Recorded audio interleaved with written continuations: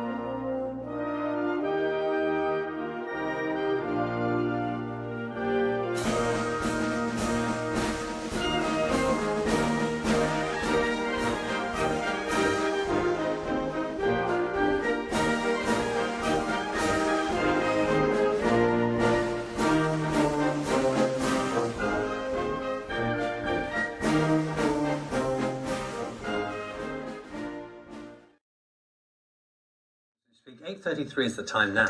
Now, the Conservative MP, Johnny Mercer, has said he will no longer support the government in Parliament. This is a protest against the prosecution of military veterans. In a letter to the Prime Minister, the former army officer has called for an end to veterans being repeatedly investigated over historical allegations. Mr. Mercer joins us now from his home in Cornwall. Very good morning to you. I wonder if you could, first of all, just explain for us exactly what it is you're objecting to and why you've taken the steps you have. Well, for 4 or 5 years now, I've been campaigning on the issue of historical prosecutions. I understand that this is a tough time in government, but this is some people's every day, and it's been going on for some time. I've done everything I could to expose what's gone on. The government have repeatedly, on your programme, on many other outlets in the House of Commons, said that they were going to do something on this. The reality is, I'm afraid, this continues day to day, and a number of events have come together over the last few days, the last week or so, and has made me think about where my priorities should lie on this. Do you also have issues with the behaviour of the whips? That there is a suggestion that you think they have been trying to dig up information about you? Just can you explain some of that for me? Yeah, I mean, there's no accusations. The facts of the matter are that the Deputy Chief Whip has been meeting up with colleagues of mine, seeking to find information in order to get me to vote for things in the House of Commons. And then when I have sort of confronted people on that, they've tried to sort of obfuscate and lie their way out of it. And consequently, you have to think to yourself, well, why am I here? Who voted for me to be here? Who's expecting me to do something, to be their voice in Parliament? And, you know, only last Monday I received another call from a veteran on my drive to London, almost in tears. He's just turned down dialysis treatment on his kidneys. He will die, but he wants to fight his case. And he is being charged over things in Northern Ireland as well. I can't go on simply supporting an organisation that treats me on the one hand in that respect, whilst these people from, you know, whose tribe I'm from, I'm afraid, continue to be treated in this way. A lot of people listening to what you're saying will understand the idea of the principles you're standing for. Does this logically lead you not wanting to be part of the Conservative Party? No, I was elected as a member of the Conservative Party. I'm proud to be part of the Conservative Party. I think it's very clear that the Conservative Party is changing into something that it wasn't when I joined in 2015, and that's a real concern. But I'm going to stay and fight for it. I believe in a modern Conservative Party, and a modern Conservative Party, I tell you now, will get things like this right. They've had plenty of opportunities to do so. They have chosen, it has been a conscious decision not to do so. You'll have seen I asked the Prime Minister only last week at PMQs about this again, and I'm afraid you know, you reach a point where you have to ask yourself, what is your role here and where are your priorities? I played a Vets charity game on Sunday, and they are seething in the communities that I come from, that they continue to be treated in this way by a government that ultimately, on whose behalf they were acting at the time. This isn't just about Northern Ireland, this isn't about a particular individual. You've seen the work I've done on the Iraq Historical Allegations team. This is about a flaw in our system in this country that means our veterans get treated in an appalling way with which I'm simply not prepared to put up with anymore. Now, you've used the phrase, what is your role here, a number of times, and some people might say, using your own words, your role as an MP is precisely to vote on a number of issues. For example, someone in your constituency might be very worried about the environment, which is a massive issue at the moment, and they might want you, as their MP, to vote on that issue along with your government to get things done. Now, you seem to be precluding yourself from taking part in hugely important decisions.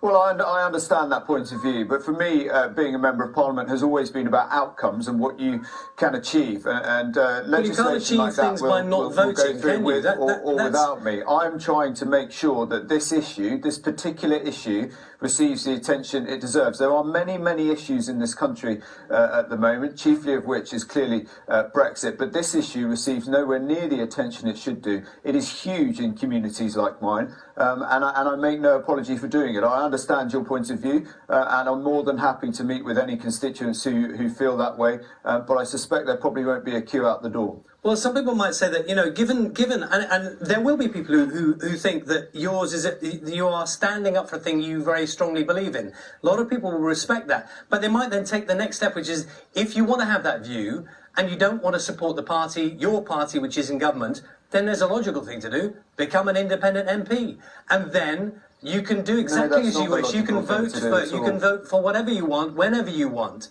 But if you're a member of the Conservative Party, that comes with certain responsibilities, notwithstanding the point of principle you're making. No, that's not logical at all, and it doesn't work like that, I'm afraid. I was elected as a Conservative Member of Parliament. I will continue to be a Conservative Member of Parliament. I'm very proud of a modern Conservative Party, but I'm also going to stand up for the people who voted for me, who sent me to Parliament, for the principles that I came here to achieve. And I'm afraid in the last week or so, far too many lines have been crossed. And if you don't stand up for anything, I don't think there's any point coming here. So that is my view. I'm happy to take the criticism that no doubt will come for it. But, I came into politics for people who haven't had their voices heard for a long time, I'm afraid, and I make no apology for standing up for them. Johnny Mercer, thank you for your time this morning. Thanks very much. With the rioting now at its height and the hooligans clear in his sights, Colonel Wilford was eager to launch his scoop-up and net his quarry. He asked the brigade commander, Brigadier McClellan, for permission to do so. He was told to wait. As part of the plan, McClellan wanted to ensure that the peaceful marchers were well away from the riot.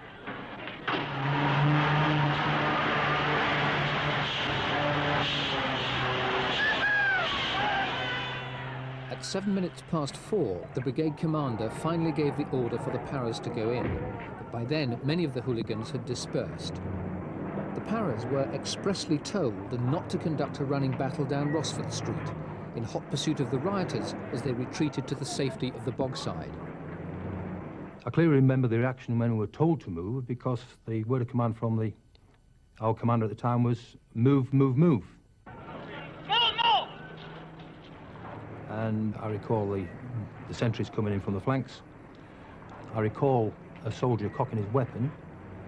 I saw this soldier leap into the back of the armoured car in front of me. I earmarked him. I thought, well, when he gets back, I'm going to kick his arse, because it's contrary to his orders. Why would he be cocking his weapon when he shouldn't have been? Tension. He was probably tensed up. And with the briefing that we had previously, he may have been aware that we may be fired at in the next 5 or 10 minutes, and I'm not going to give the guy who fires at me, if I can get him first, I'm not going to give him the opportunity to fire at me, if I can identify him. We went through the James Street barrier.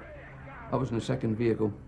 The platoon commander drove down Rossville Street and then hooked left into the crowd.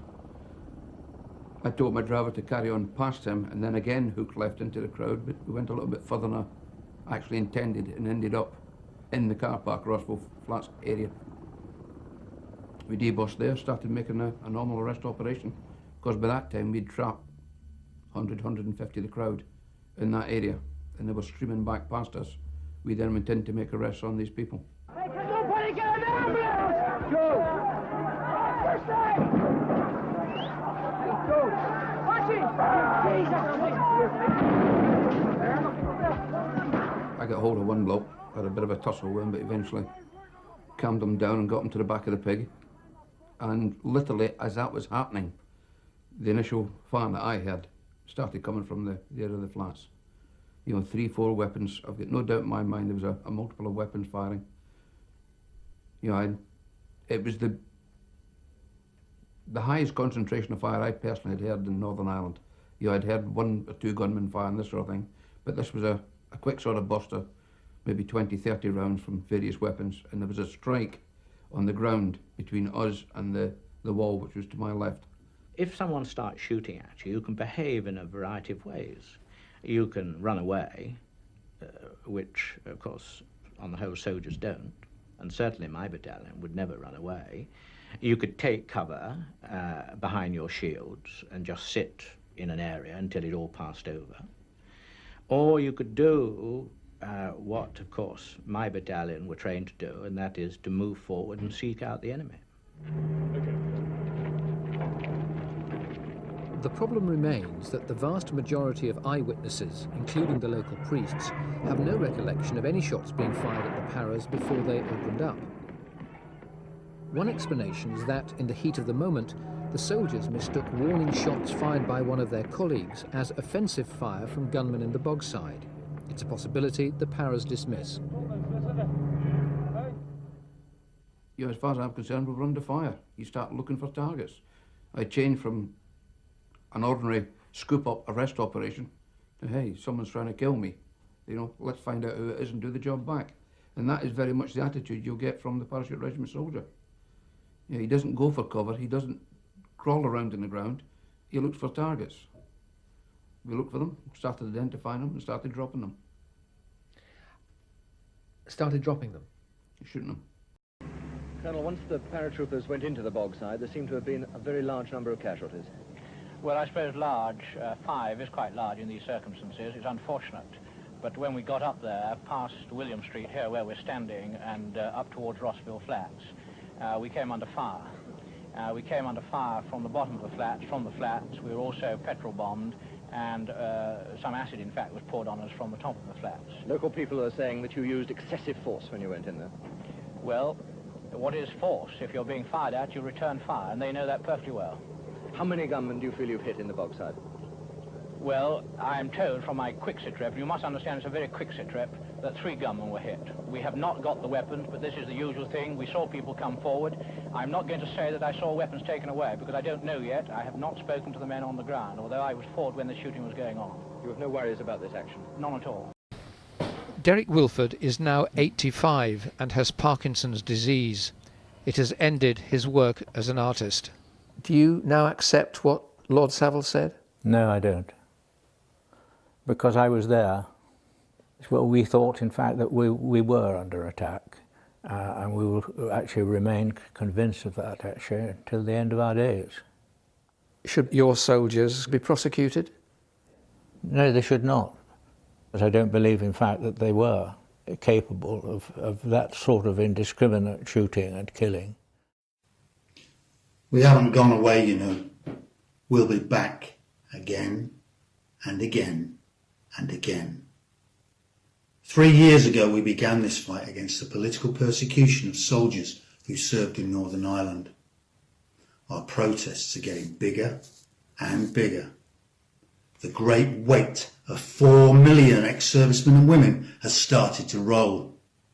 We're becoming political, many for the first time, because we know the difference between right and wrong. We know when our government is behaving in a corrupt and indecent manner. We know when we're being sold a crock of manure. It's no coincidence that our protests have been blocked from national television. The government are worried that their sneaky and convenient arrangements with Sinn Féin and their distant Republican splinter groups will be uncovered. The law was twisted and bent to allow the worst murderers in modern history to be released from prison under the Good Friday Agreement. The hope was to obtain an end to violence in Northern Ireland. The murder of a journalist could not be hidden by the press in the way that punishment beatings in the Bogside and the Cregan are hidden. The IRA gangsters rule in Catholic estates all over Northern Ireland. The government are already trying to make gestures to make us go away. They promise only 2 years inside for anyone found guilty. There will be more sly negotiations and lies in the hope that we will go home and forget. We won't forget, and we won't stop. We are coming for your seats in Parliament. We're coming for your power. It's time for you to be afraid of the moral majority, of those who know what decency means. We're coming for you at the ballot box. We are not going away. Veterans and People's Party, who dares shares?